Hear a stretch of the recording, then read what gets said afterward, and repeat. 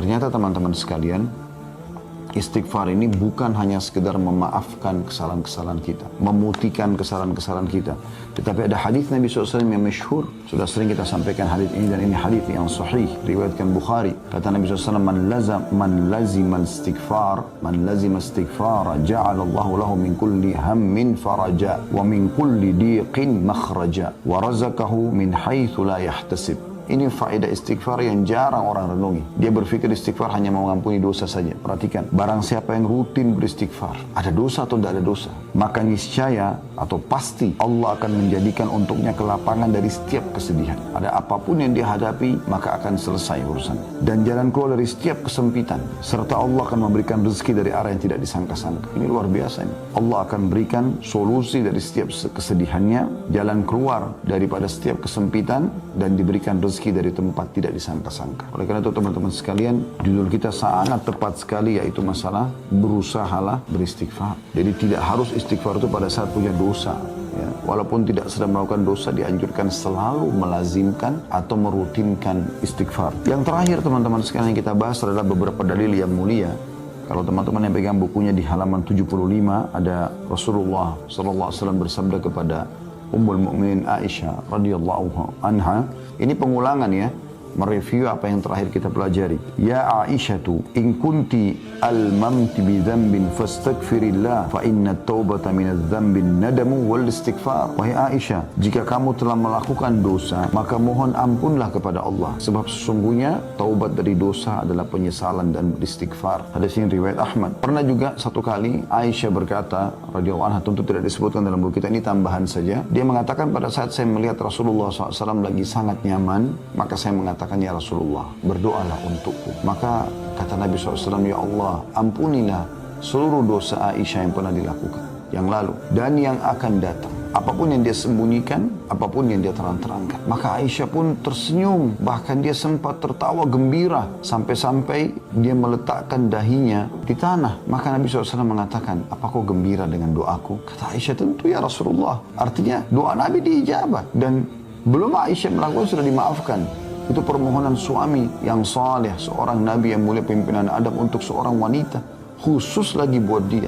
Bagaimana kita tidak anggap ini sebuah doa yang mulia? Tapi apa perkataan Nabi SAW? Ketahuilah wahai Aisyah, doa yang sama aku ucapkan untuk seluruh umatku setiap kali aku sholat. Sallallahu alaihi wasallam. Ini kemuliaan yang luar biasa. Berarti walaupun Nabi SAW tidak bertemu dengan kita, beliau memohon kepada Allah agar dosa-dosa kita dimaafkan. Juga hadis yang terakhir yang sempat kita bahas teman-teman sekalian adalah tentang bahayanya dosa itu, karena dia akan menjadi sebuah titik kelam dalam hati yang otomatis akan mengacaukan hati yang merupakan mahkota daripada tubuh kita. Hadis Nabi SAW di halaman 77 ya, atau di halaman 76.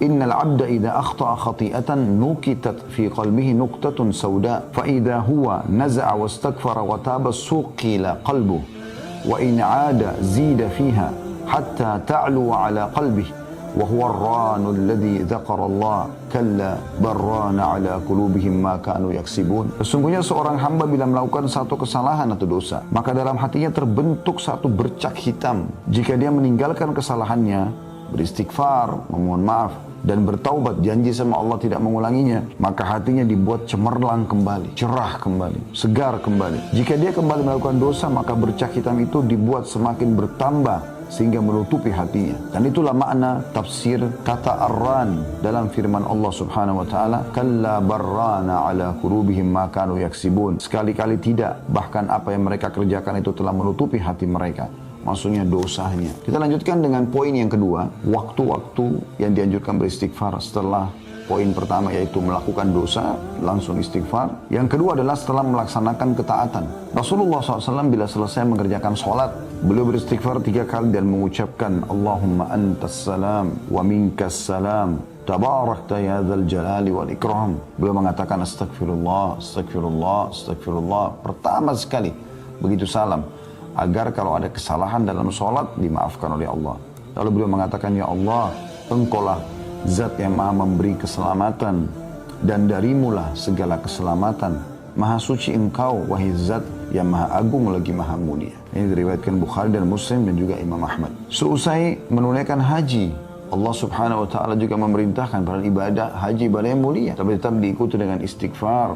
Orang itu melakukan dosa atau tidak. Dalam firman-Nya, dalam surah Al-Baqarah ayat 199, Allah berfirman, A'udzu billahi minasyaitonir rajim, "Tsumma afidhu min haitsu afadhan nasu wastaghfirullah, innallaha ghafurur rahim." Kemudian bertolaklah kalian dari tempat yang banyak orang bertolak, maksudnya dari Arafah di tanggal 9 Zulhijjah menuju ke Muzdalifah, dan mohonlah ampunan kepada Allah, sesungguhnya Allah Maha Pengampun lagi Maha Penyayang. Jadi puncak ibadah haji hari Arafah itu tanggal 9 Zulhijjah, dan justru pada saat itu Allah Subhanahu wa taala menyuruh istighfar. Saya juga pernah ingatkan ya, bagaimana Nabi Adam alaihissalam, bagaimana Nabi Yunus alaihissalam pada saat mereka melakukan pelanggaran yang sudah Allah gambarkan.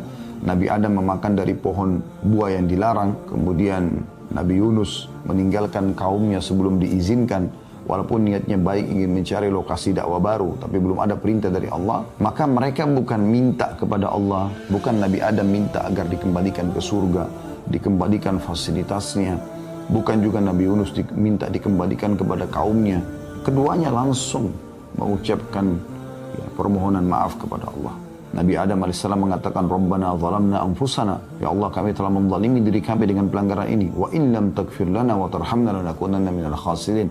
Kalau kau tidak maafkan kami, memaafkan kami, ya. Wa in lam taghfir wa tarhamna, dan kau kasihani kami, lanakunanna minal khasirin, kami pasti akan termasuk menjadi orang-orang yang rugi. Kemudian Nabi Yunus AS mengatakan apa? La ilaha illa anta subhanaka inni kuntu minadh dhalimin. Tidak ada Tuhan yang berhak disembah, tidak ada tempat saya bergantung ya Allah, sesungguhnya aku termasuk orang-orang yang zalim. Tapi aku mengakui kesalahanku. Seusai wudu disyariatkan juga membaca subhanakallahumma wa bihamdika asyhadu an la ilaha illa anta astaghfiruka wa atubu ilaik. Maha suci engkau ya Allah dan segala puji bagimu. Aku bersaksi tidak ada Tuhan yang berhak disembah kecuali engkau. Aku beristighfar dan bertaubat kepadamu. Ini mirip dengan doa kafaratul majlis ya, pada saat dari majlis juga begitu. Intinya disuruh memohon ampun. Begitu juga seusai melaksanakan qiyamul lail, sholat yang mulia. Dianjurkan Allah menyifati hamba-hambanya yang suka sholat malam ini, semoga Allah jadikan kita mereka, dengan firman-Nya dalam surah Al-Imran ayat 17, A'udzu billahi minasyaitonir rajim wal mustaghfirina bil ashar, dan orang-orang yang setelah mereka sholat malam mereka suka memohon ampun pada waktu sahur atau sebelum fajar. Saya ingatkan kembali, istighfar bukan hanya diucapkan kalau dosa sedang terjadi. Ini penting. Saya sudah bacakan tadi hadis yang sahih. Man lazimal istighfar ja'alallahu lahu min kulli hammin faraja. Siapa yang selalu rutin melakukan istighfar, Allah akan berikan, ya, kalau kita bahasakan, kegembiraan setelah kesedihan. Wa min kulli dhiqin makhraja, dan dari setiap kesempitan jalan keluar. Wa razaqahullah min haitsu lam yahtasib, dan Allah akan berikan dia rezeki dari tempat dia tidak sangka-sangka. Jadi istighfar mendatangkan rezeki. Istighfar memberikan kegembiraan pada saat kita sedang sedih. Istighfar akan memberikan solusi dari permasalahan yang sedang kita hadapi. Ada seorang diceritakan di Pakistan, ya. Ini kisah dinukil oleh Syekh Hasan bin Ahmad bin Hasan, ya. Kebetulan beliau tulis buku tentang keajaiban sedekah dan istighfar. Di kisah beliau terakhir di buku itu saya sempat baca. Dia cerita tentang ada seorang di Pakistan terjadi gempa, dan dia menceritakan kisahnya. Pada saat dia sedang selesai sholat, kemudian dia ingin rebahan di malam hari, tiba-tiba terjadi gempa. Dan itu hitungan menit saja. Bahkan tiba-tiba dinding-dinding rumah retak, atap-atap mulai rubuh, dan orang ini mengatakan, saya tidak tahu harus berbuat apa lagi. Tapi akhirnya lisannya diilhamkan oleh Allah untuk mengatakan istighfar. Astagfirullah, astagfirullah. Sudah pasrah saja, karena nggak mungkin lari. Lagi berubuh, lagi runtuh bangunan tersebut. Maka setelah selesai gempa itu dalam hitungan menit, subhanallah, rumah semua runtuh kecuali atap yang dia ada di bawahnya. Hanya itu yang bertahan dengan sedikit tembok yang menahannya. Kemudian dia bilang dia bisa keluar dari permasalahan itu. Beliau juga mengangkat kisah ada seseorang yang sudah lama menikah, tidak punya keturunan. Lalu dia komitmen dengan istrinya, sekarang kita perbanyak istighfar. Bukan istighfar saja, perbanyak istighfar dengan kehadiran hati, lalu mohon kepada Allah Subhanahu wa ta'ala. Setelah mereka komitmen dan keajaiban terjadi setelah 10 tahun atau sekian tahun menikah tidak punya anak, hamil, punya anak. Lalu begitu selesai masa nifas, suaminya mengatakan, saya mengingatkan, kebetulan dia berikan nama anak pertama Yusuf, maka dia berjulukan Abu Yusuf sekarang karena sudah punya anak. Istrinya Ummu Yusuf, dia mengatakan, saya ingat kalau Ummu Yusuf, kita sudah lama nggak punya anak. Bagaimana kalau kita praktekkan lagi istighfar ini dengan kehadiran hati, dengan serius, perbanyak, supaya kita diberikan anak yang kedua. Dan betul setelah masa nifas itu hanya beberapa hari, terhitung sudah hamil lagi. Terus saja begitu sampai mereka punya beberapa orang anak. Sampai waktu sudah punya anak sekian banyak, sempat Ummu Yusuf mengatakan, kita berhentikan dulu amalan ini. Bukan berhentikan istighfarnya, maksudnya istighfar khusus untuk minta keturunan, biarkan anak-anak kita besar dulu. Setelah mereka besar sedikit, kemudian dia pun memohon lagi kepada Allah dan hamil lagi istrinya. Selama itu bukan bentrok dengan sunnatullah, peraturan yang Allah buat teman-teman sekalian. Seperti misalnya Anda istighfar minta supaya malam hilang, itu nggak mungkin terjadi. Karena itu sunnatullah, peraturan Allah yang nggak mungkin berubah. Atau Anda memohon istighfar kepada Allah agar jenis kelamin laki-laki, kalau Anda perempuan hilang. Nggak mungkin, sudah sunnatullah. Nggak mungkin. Atau hilang tidak ada kematian, nggak mungkin. Selama bukan bentrok sama sunnatullah, maka tidak ada yang mustahil bagi sang pencipta Allah. Berita gembira bagi Anda yang belum punya keturunan, yang belum punya pasangan, yang terlilit utang, yang selalu merasa kesedihan, yang masih kena sihir dan belum sembuh, yang semuanya istighfar. Istighfar, tapi istighfar yang benar-benar tutup mata Anda, renungi, terus ikhlaskan niat astaghfirullahaladzim alladzi la ilaha illa huwal hayyul qayyum wa atubu ilaih.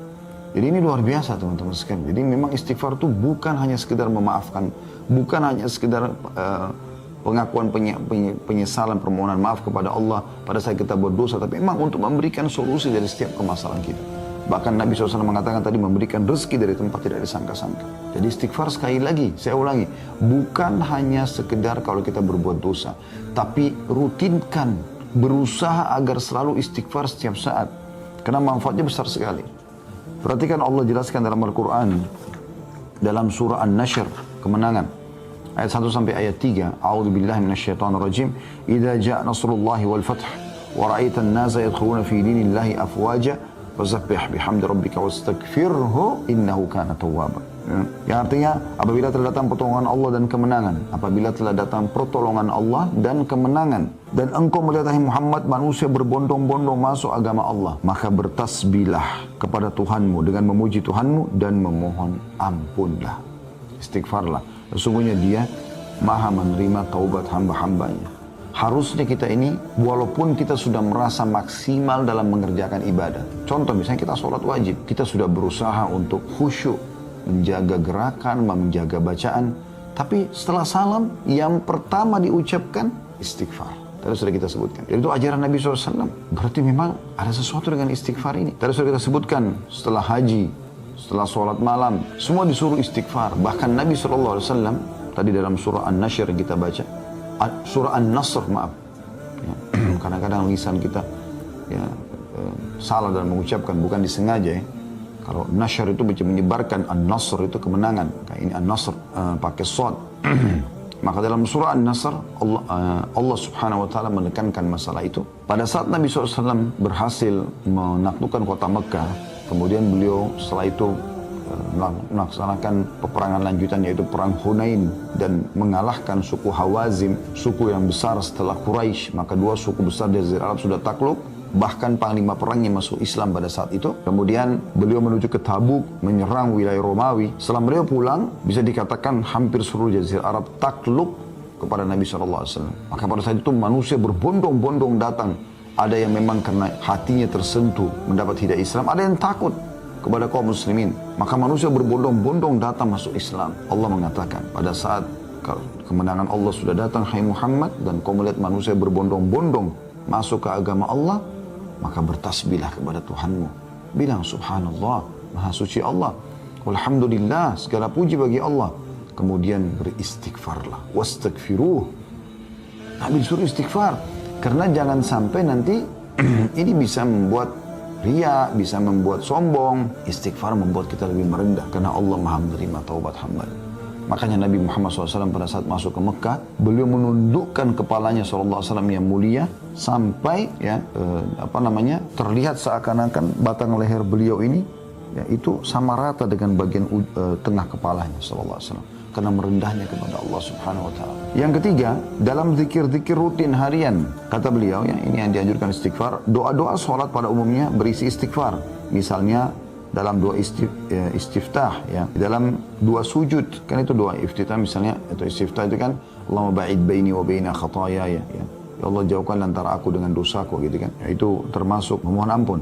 Di antara doa sujud, Rabbi ghafirli warhamni, Rabbi ghafirli, ya Allah ampunilah aku, warhamni, kasihanilah aku, dan seterusnya. Dalam ruku dan sujud ada subhanakallahumma bihamdika Allahumma ghafirli. Ini salah satu doa ruku yang sama juga dengan doa sujud. Maha suci engkau ya Allah, ampunilah dosa-dosaku gitu kan. Ketika Abu Bakar radhiyallahu anhu memohon atau meminta kepada Nabi SAW agar mengajarinya doa yang akan dia ucapkan dalam sholat khusus, Abu Bakar minta doa khusus, ya Rasulullah saya minta doa khusus dari anda, saya baca dalam solat saya. Lalu Nabi SAW memerintahkan membaca Allahumma inni zalamtu nafsi zulman kathiran wa la yakfiru dhunuba illa ant faghfirli min indika warhamni innaka antal ghafurur rahim. Ya Allah, sungguhnya aku telah banyak berbuat kezaliman, dosa maksudnya, kepada diriku, dan tidak ada yang mengampuni dosa-dosa selain engkau. Maka ampunilah aku dengan ampunan dari sisimu dan rahmatilah aku, sesungguhnya engkau maha pengampun lagi maha penyayang.